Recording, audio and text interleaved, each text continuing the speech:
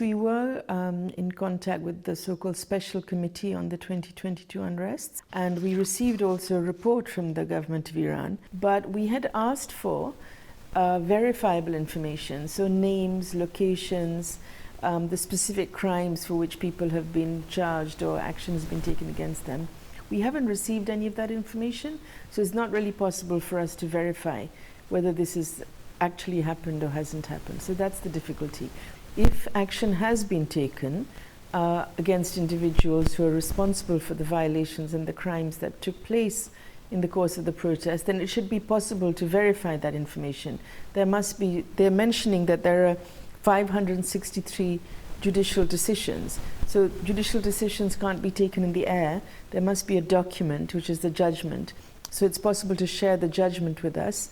Even if the entire judgment isn't shared, we could be told when and where that judgment was made, by whom, against whom. None of that information has been provided. So that is our methodology. We need to have verifiable information so that we can assess it and be satisfied that this is actually accurate. At the minute, all we have is some numbers and no way of verifying that.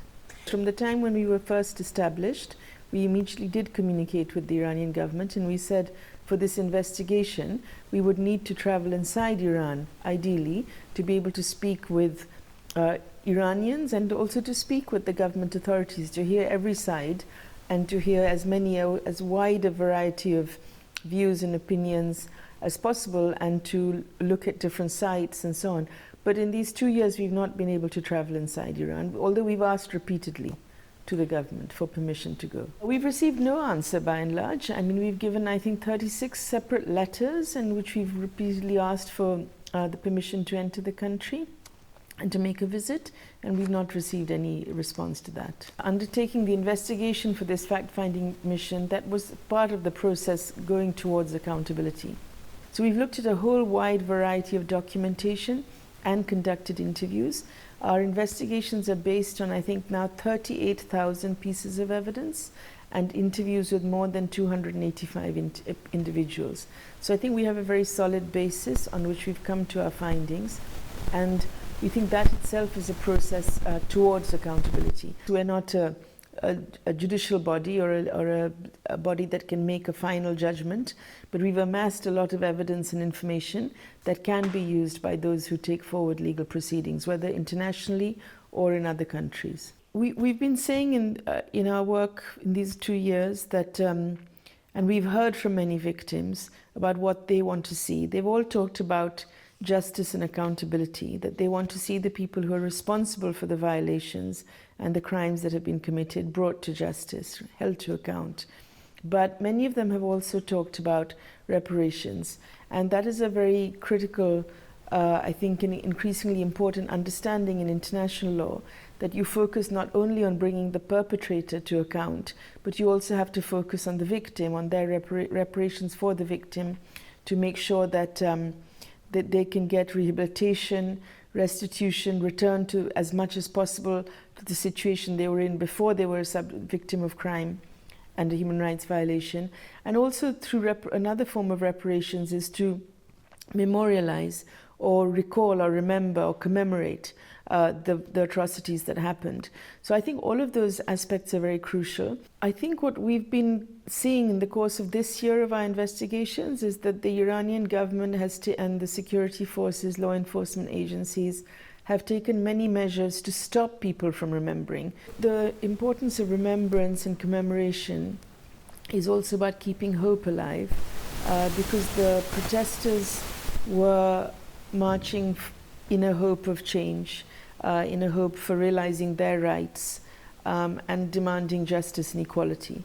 So commemorative actions, whether they take place, wherever they take place, are part of keeping their demands for justice and equality alive. In the course of this investigation, we've been looking only at the situation in Iran, but 6 months ago in Bangladesh we had an extraordinary uprising, also led by young people, very much like Iran, Gen Z.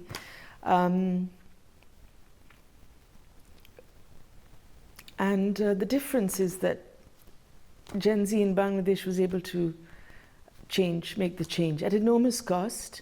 There were at least 1,400 People were killed, young people, children, as young as 3. But the change happened. When we were going through this uprising in Bangladesh in July and August last year, and I was very involved in it myself, the images of Iran kept coming back over and over again. And a lot of our Gen Z revolution was also in the social media space, in the online space, as much as in the offline space. And there were images actually shared from the Iranian protests of 2022 of, of people carrying bodies down the roads during the protests. And we had the same kind of situation, very young people being carried across by other young people. And I think, so they shared those images, and they were, very inspiring for people in Bangladesh to see what had happened in Iran 2 years before. And for me, I found it extraordinary because as we were going through those two and a half weeks when there were mass killings going on our streets, I kept thinking of what we'd been investigating in Iran, and I could not believe that we were reenacting Iran and again in Bangladesh. And I did think until the 5th of August when everything changed, I thought, I can't believe it. I've been investigating Iran. Someone's going to have to investigate what happened in Bangladesh, and it's going to end the same way. And anyway, there was a miracle. It didn't end the same way. But I think what it showed was the power of people to just stand up. Something like maybe 450 people, many young people who've been blinded, shot up in both eyes.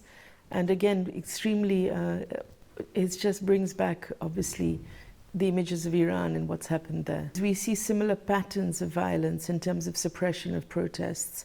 So one thing we've seen in Iran, which we also saw in Bangladesh, was the use of non-lethal weaponry in a lethal way. So we saw shooting with pellet guns. Another is the way in which the judiciary operate. So we've seen, examples of mass arrests taking place without good reasons being given for why someone is being arrested or detained. People being detained for long periods of time, then conditions of detention which are completely in violation of any international standards. We've seen massive surveillance taking place. That's again a common pattern. Surveillance of protesters, online, offline, seizing telephones, restricting the use of social media, for example. Internet shutdowns, that's another common thing.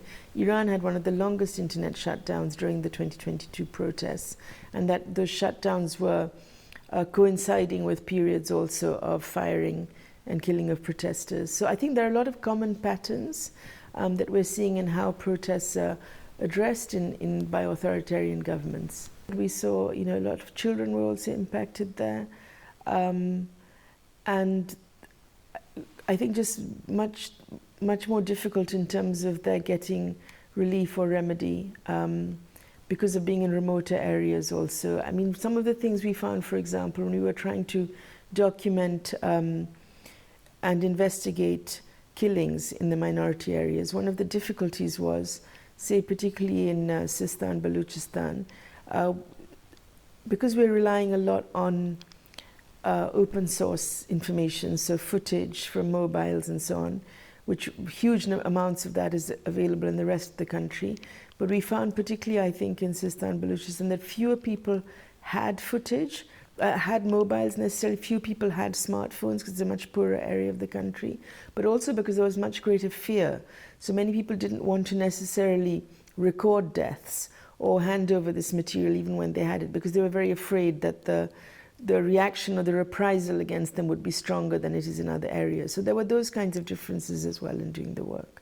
We find many activists inside Iran and abroad, in fact, in other contexts also, are using the term gender apartheid to try and explain the idea that women and men are created into completely separate categories and given completely different rights based on sex or based on gender, in the way that apartheid, created a complete division in society based on race or ethnicity in the South African context.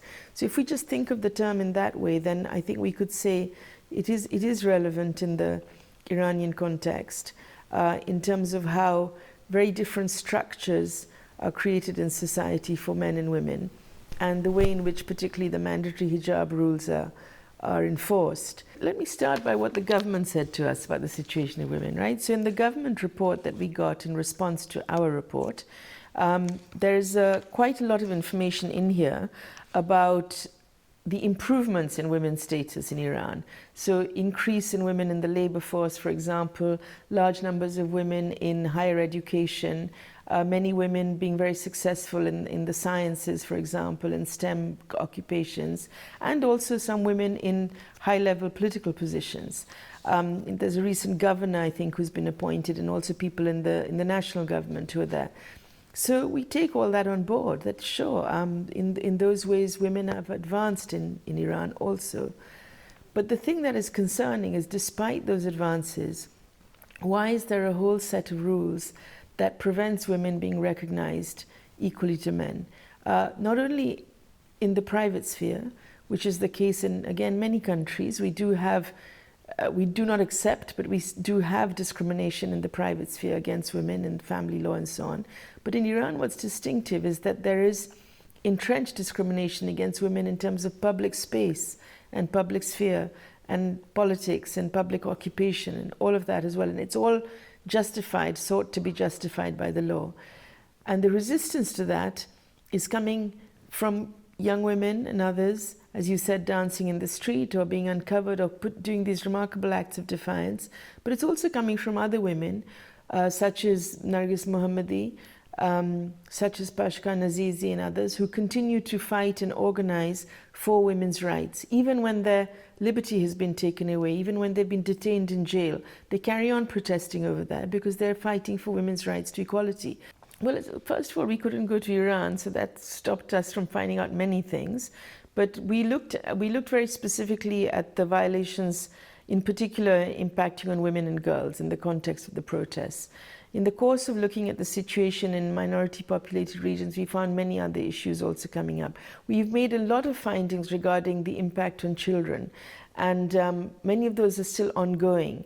So I think that those issues also need to be looked at, and the whole structure, the way in which the judiciary functions, the incidents we found of arrest and detention, for example, torture, these are ongoing issues that need to be looked at. The huge number of death penalties, I mean, extraordinary number of death sentences that have been handed down by the courts, including now against women. We've seen, I think, in the highest number of death sentences against women that's been passed in about 13 or 14 years. So we've seen a real change in the way in which the law enforcement process is working and the judicial process is working. It almost seems like it is being applied in a way to shut down the processes of protest or response inside the country.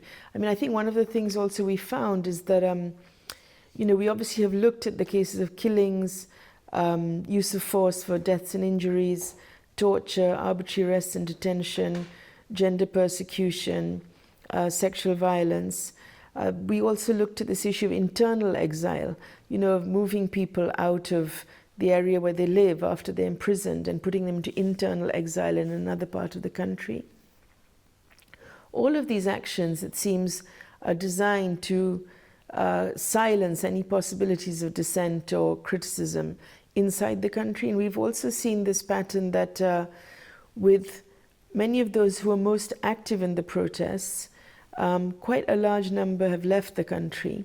And it almost seems as though a situation is being created where those who are more vocal are almost being pushed out because their life is made almost impossible. I mean, they face criminal charges or threats of rearrest and detention. Many of them have faced extreme violence. Some have faced sexual violence. Their family members are threatened. Some have been removed from their jobs, not allowed to continue at university if they're students, continue to face threats to their family members repeatedly. And so they're in a situation where you can survive if you stay inside Iran, but not if you put your head up and not if you protest.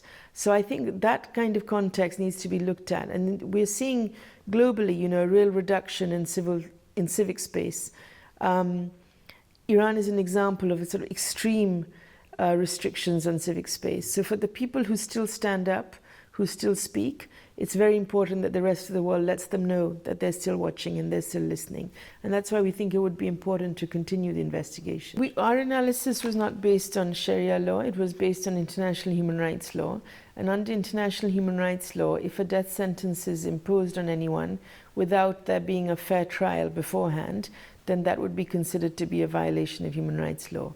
And we found in quite a number of cases that the death sentence was imposed in that kind of context. Not only where there wasn't a fair trial, where the person who was sentenced to death didn't have access to a lawyer, where the case was tried extremely fast in a matter of a few days, for example, where there were allegations that the person had been tortured and forced to confess. So in all of those situations, the cases that we looked at showed that the death sentence had been applied in a way that there were human rights violations that had resulted. And I think that we did not get an answer from the government in response to those findings that we made. I think what we found very shocking in the second year is the extent to which there's been repression against not only protesters, victims of the violations that happened in 2022, but also against witnesses, against their family members, and against people who've been speaking out and trying to support victims during this time. So the kind of repression I mean is this repeated summonsing and arresting of people, the threats that many people have faced. We've reported this year on the kind of transnational threats that have also been made, including to journalists abroad, for example, Iranian journalists in different countries. So I think what's been shocking to see is that even 2 years since the protests were held, rather than trying to address the violations that were reported effectively and try to respond to the grievances that fueled those protests, instead, there seems to be a doubling down in an attempt to completely silence, not only those who were involved with the protest then, including through, I think, very chilling means, such as not allowing people to carry out their religious rites, be present at the gravesite of a protester who was killed, to say funeral prayers and commemorations. Even that is not being permitted, as we've seen over the course of the last year. So I think that while we haven't seen the kind of extreme brutality that we saw in terms of the violations that occurred from September to, let's say, December 2022, it's been very chilling to see the way in which the state agencies, law enforcing agencies, others have continued to roll out this repression against protesters and all those who stood in support of them.